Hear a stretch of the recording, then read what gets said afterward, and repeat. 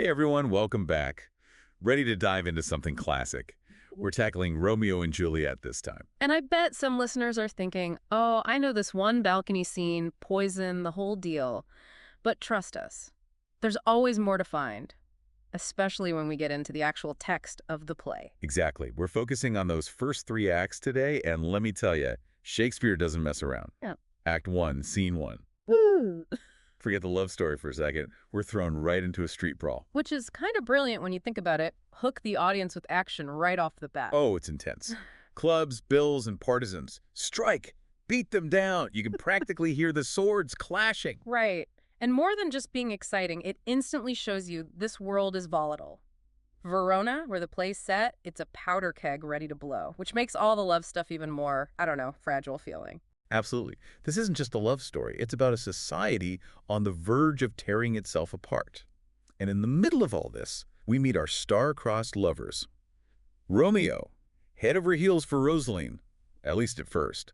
And Juliet, well, let's be real, she's barely even a teenager. Yeah, if we're talking about things that hit different for a modern audience, Juliet's age is a big one. 14 years old.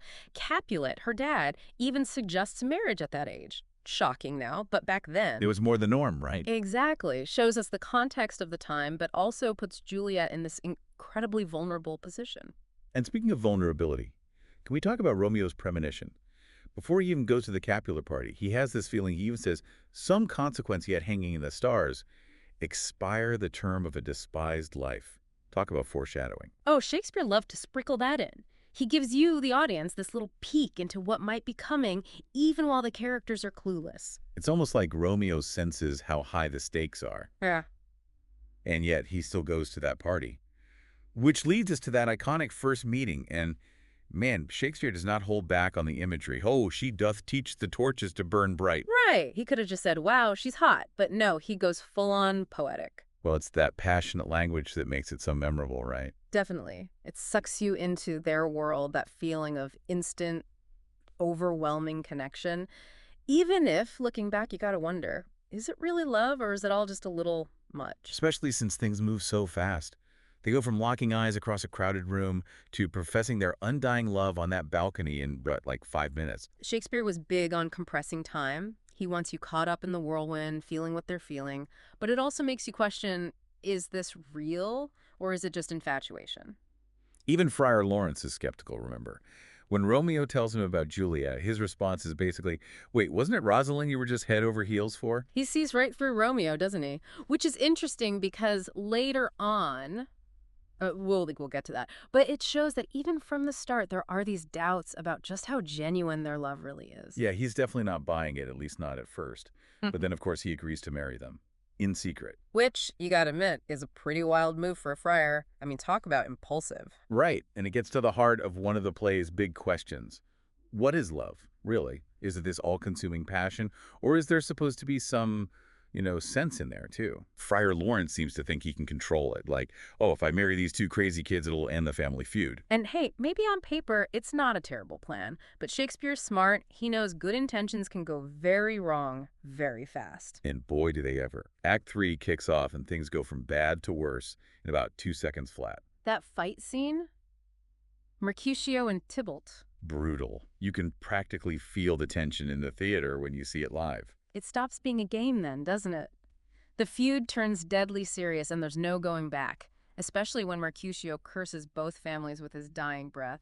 A plague of both your houses. Man, talk about chillin'. And poor Juliet, she's stuck right in the middle of it all. Her cousin's dead, the man she loves killed him. Talk about an emotional roller coaster.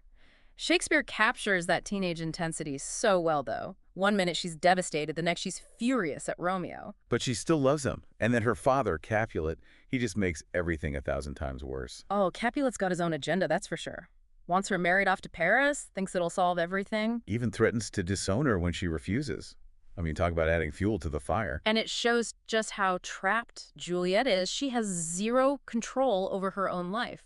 So by the end of Act 3, she's desperate, utterly desperate. And she even says, if all else fail, myself have power to die. You remember that? In that dagger.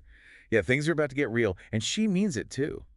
This is Juliet backed into a corner, ready to take drastic measures. She goes to Friar Lawrence, desperate for a solution, any solution. And you got to hand it to the friar. He comes up with a plan. Insane, yes. Complicated, absolutely. But still, it's something. It's like watching a master chess player trying to think 10 moves ahead. Except in this case, instead of chess pieces, we've got people's lives. And as with any good plan, it all depends on perfect execution, Hmm. which, spoiler alert, is not exactly Romeo and Juliet's strong To suit. say the least. Miscommunications, bad timing, just plain awful luck. It all spirals out of control. Fate's got it out for these two, that's for sure. That's the tragedy, right? Seeing it all unfold, knowing it's going to end badly, but still hoping Yeah. somehow things might work out. No happy endings in Verona, unfortunately. Especially once Romeo hears about Juliet's death, he doesn't even hesitate for a second, just races back to be with her. That's love, man. Or at least that's Romeo's version of it. So absolute, so all-consuming, that a life without Juliet is unimaginable. And heartbreaking, you know. When he buys that poison, he says, "Come, cordial and not poison.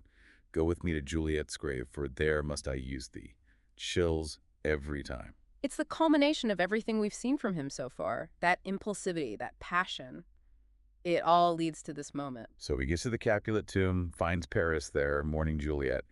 Things escalate, as they tend to do in this play. One thing leads to another, and boom, another sword fight, another life lost. The cycle of violence continues. It's like Shakespeare saying, hey, this feud, it has consequences, and nobody wins. Especially not Romeo. He sees Juliet seemingly lifeless and drinks the poison. Thus with a kiss I die. Just devastating. And then Juliet wakes up. Talk about a nightmare. To find the man you love dead by your own doing. She even tries to kiss the poison from his lips, but it's too late. And that's when she makes a choice. Romeo's dagger. Her ticket out. This is thy sheath. There rest and let me die. Wow, Shakespeare does not pull punches. It's hard to imagine a more tragic ending. Yeah. Young love, completely destroyed. And what for? That's the question that hangs in the air, isn't it? What was it all for? We see the prince arrive, find Romeo and Juliet, both dead, along with Paris, and he unloads on the Montagues and Capulets, saying, "See what a scourge is laid upon your hate, that heaven finds means to kill your joys with love." He lays the blame right where it belongs on their years of pointless hatred. It took this unimaginable loss to finally make them see, and even then, it's bittersweet. Bittersweet is a good word for it. They vow to end the feud, erect statues of Romeo and Juliet. But it's too little, too late. And that's the power of this play, even centuries later. It makes you think about the choices we make, the consequences of our actions, and it reminds us that sometimes even love isn't enough to overcome the weight of history and hate. Romeo and Juliet, a timeless story, a tragic reminder, and a whole lot of food for thought. Thanks for joining us on this deep dive. We'll see you next time for another exploration into the heart of a classic.